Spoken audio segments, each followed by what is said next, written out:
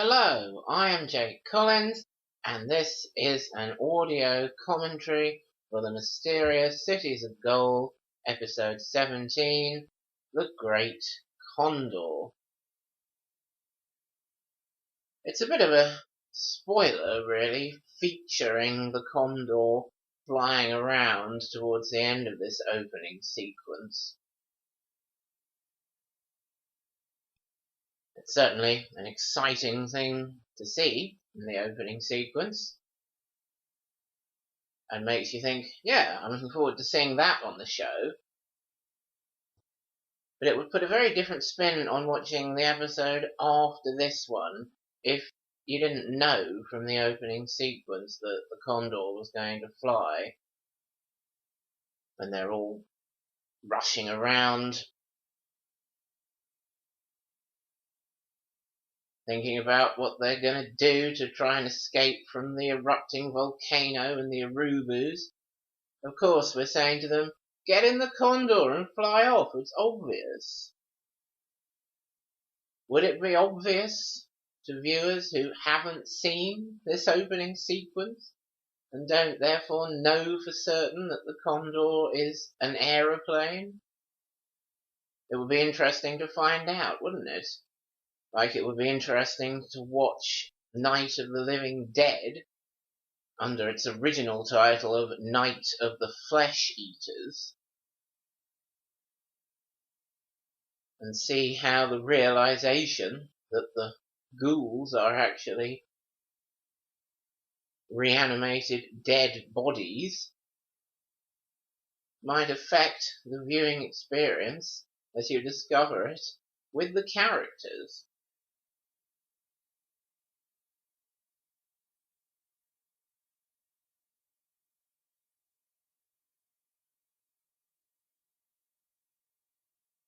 The early parts of this episode do show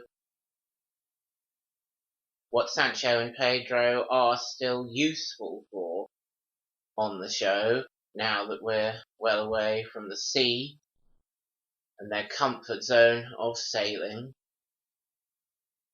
Their actions and attitudes are in contrast to those of the three children. By being bad, Sancho and Pedro show the three children as good, much better than the adults. They're here really to provide that contrast so we can tell very clearly what sort of character the children are better than. Sancho and Pedro complain there, it's too hot, they want to have a rest. You can hear them saying in this scene, I'd rather be sailing, I'd rather be shipwrecked. And we can't really blame them for that. But then Esteban and Mendoza discuss how they're going to stop for a rest in the shade of these rocks. Esteban says it's not as far as all that, let's keep going. And then, of course, Sancho and Pedro start lusting after the water rations and arguing with each other about sneaking some water behind Mendoza's back. You're no friend of mine, etc.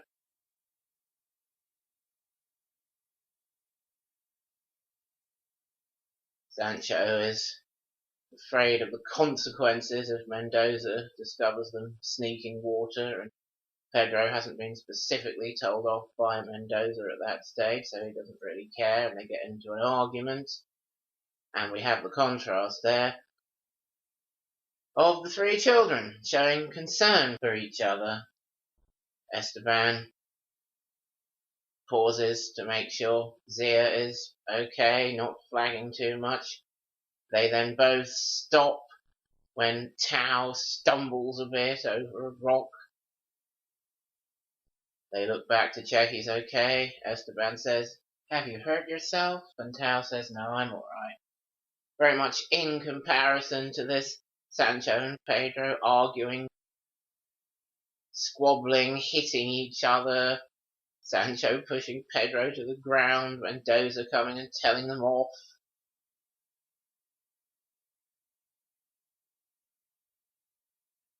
We should really aspire to be like Esteban, Zia and Tao, not Sancho and Pedro. And that's something Mendoza's beginning to realise as well. Mendoza becomes more and more impressed with the children's attitudes and stoicism and survival skills. He tells Sancho and Pedro here they're worse than spoiled children. And yeah, I think he's rather disappointed in them and what they're really like when it comes to the crunch in a great adventure like this. Mendoza's liking and respect for Esteban and the other two only grows from this point onwards. And here we are with the water sharing scene.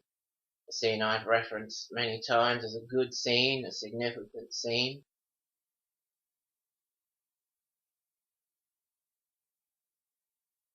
Here's Karuga, banished by the rest of the Urubus, and a moment of kind of heroism there for Sancho and Pedro, which they really need in this episode. They're very quick to rush forward, interpose themselves between Karuga and Esteban when they think Karuga might be aggressive. "Don't you dare touch Esteban, you big gorilla." Of course, Karuga swipes them aside very easily. But they were very well intentioned there, and yeah, they certainly do need that moment in this episode, because again here, they're not wanting to share the water with Karuga. Sancho clasping the bottle there, "Oh no, he can't have any." They've reverted to their previous kind of behaviour. But Esteban, of course, being so pure, full of conviction, steps straight forward. "Well, I'm going to give Karuga my ration." And he inspires Zia to do the same. And Mendoza is very impressed with that. Karuga is very grateful for Esteban and Zia's water there, and it leads to an unexpected benefit. Of course, Esteban and Zia didn't think that Karuga would do anything for them in return. They just wanted to help him, to give him water, because they knew it was the right thing to do. He was in need and they wanted to help him. And now that kindness is being paid back to them with Karuga's warning.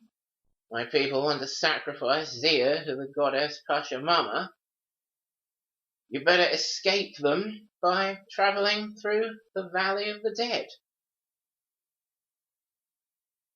So kindness comes back in unexpected ways.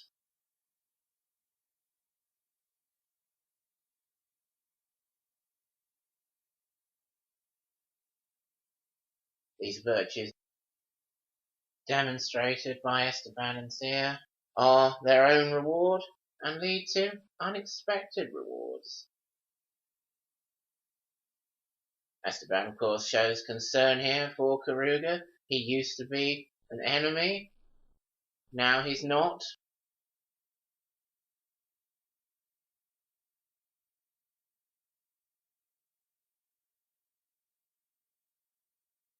And off Karuga goes to start a new life, goodness knows where.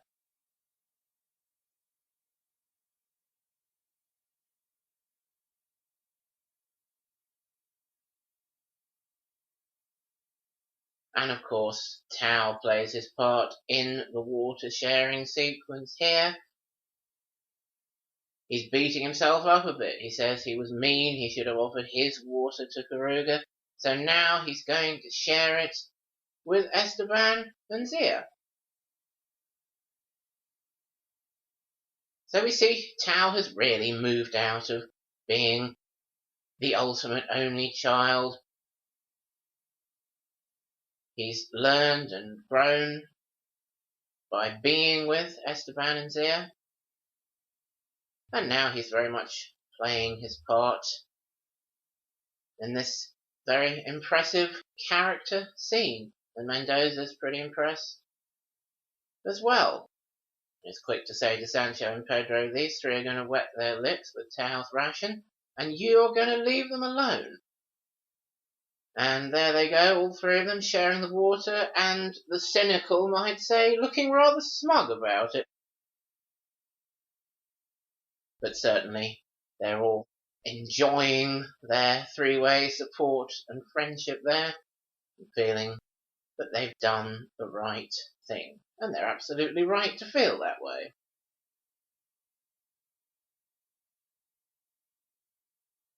Here we are with the Arubus again. Sancho and Pedro are starting to lag and complain.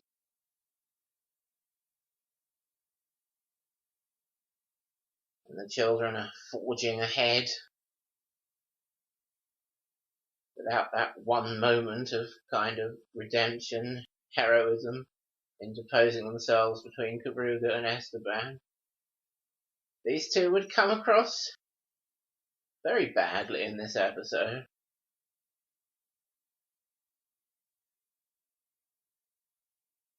And here in this Valley of the Dead sequence, we see something that we see very regularly. Esteban's first concern is always for Zia. Zia's safety, Zia's comfort. When Zia trips over as they rush into the sulphurous gas cloud, Esteban is very quick to rush back, help her to her feet.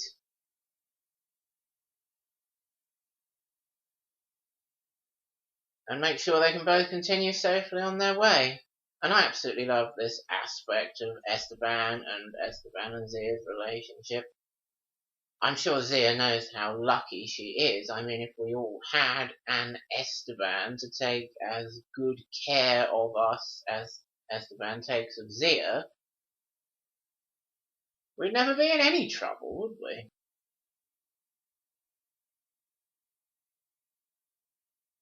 Esteban always supports Zia emotionally and physically, and she supports him in the same way on occasion. She does stop him from falling off something twice.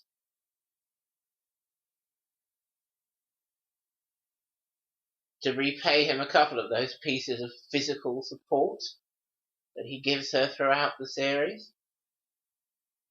There's the bit where we see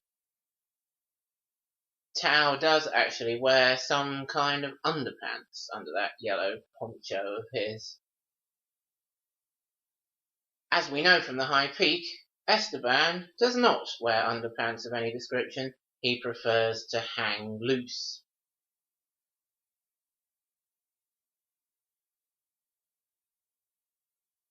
Esteban and Zia have a mutually supportive, very symbiotic relationship that I've always enjoyed very much.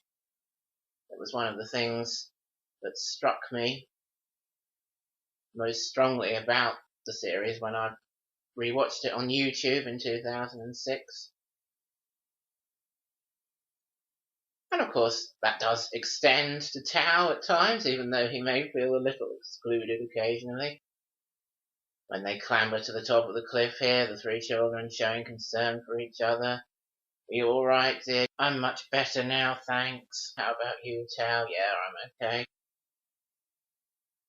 Whereas Sancho and Pedro clamber up here, and the first thing they're saying is, well, where's this city of gold then, if we climbed all this way for nothing? A very different attitude, consistent with what we've seen so far in the episode.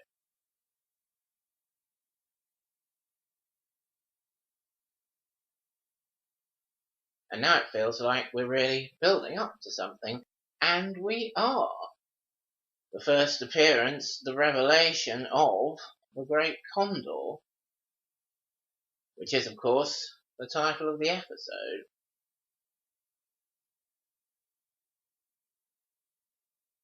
Esteban thinks about everything he's learned at the high peak,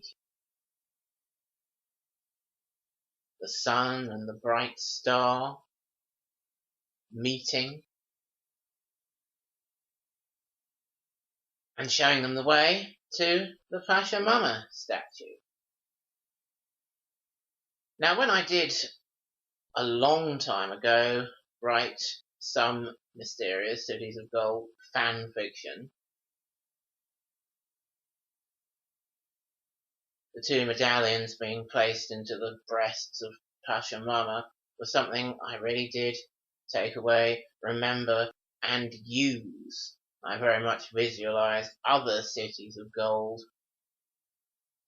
as being opened in the same way, with some sort of similar Inca statue, rather than the spaceship-like metal doors that you get with the real actual City of Gold towards the end of the series. Esteban's very excited about scrambling up to Pachamama, but he stops to help Zia over that difficult bit on the way. Of course he does. And Tao's left to make his own way with his stick to help him. And Esteban does something he does a few times there, kind of half lifting Zia as she jumps off a rock. I love all that stuff. And I love this, putting the two medallions of the sun onto Pachamama's breasts. The medallions become her nipples, and the doors to the cities of gold open. Certainly a door to a city is going to open now, and this is one of the parts I did remember from when I first watched this series when I was 6. I remembered the two halves of the mountain moving sideways, a city of gold being revealed in all its splendor, and then, well, I remembered what happens shortly afterwards and being rather disappointed by that, as the characters are. I thought, wow, yeah, I've been watching this for many weeks now.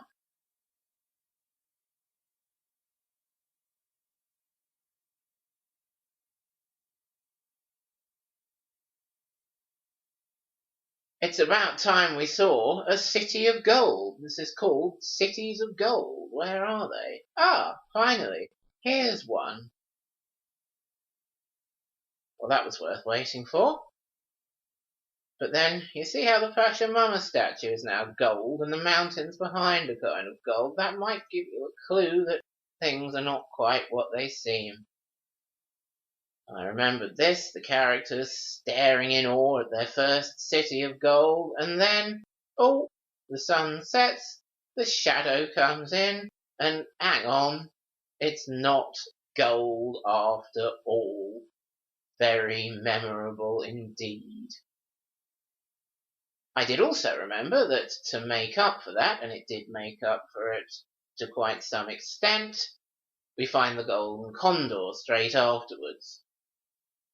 And I always thought, well, yeah, that makes it count as a city of gold. It's got a golden condor there. Of course, there's some confusion in the English script about cities of gold, what is actually a city of gold, and what is a condor city or marker city along the way. Really, there's only one city of gold at the end of the series, and there's this Condor city in Inca territory, and the 3 ruined marker cities in the land of the Mayas. Mendoza's certainly getting bored by that stage of finding ruined cities instead of cities of gold. Ruins, nothing but miserable ruins, he remarks. And perhaps we're all starting to feel that way, but we do get some very good stuff in those ruined marker cities.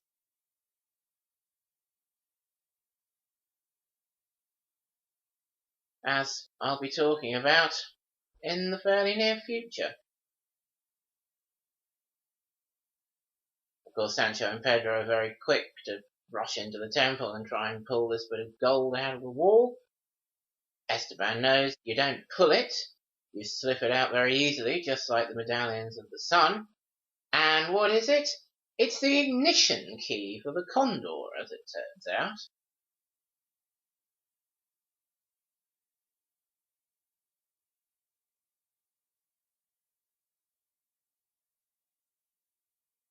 Clearly there's some sort of lift mechanism. It's one of those counterbalanced floors, like we do see later as well in one of the Mayan temples. And the Condor is lifted into view, and it's a significant moment in the series. A very exciting, striking, memorable revelation, and the Condor is wonderful. Unlike the Solaris, very sustainable as a vehicle for future use, and it's going to carry our protagonists on their adventures through the rest of this series and doubtless beyond. As I say, it's kind of frustrating in the next episode where you're thinking, well, get in it and fly it then, and they don't work out to do it for ages.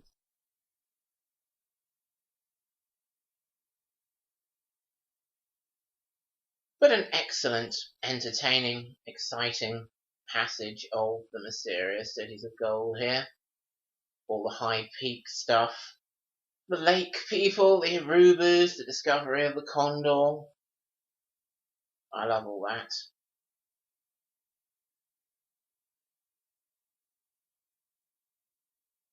There's plenty of Condor to kiss, of course. Sancho and Pedro don't need to get in each other's way like they're doing there.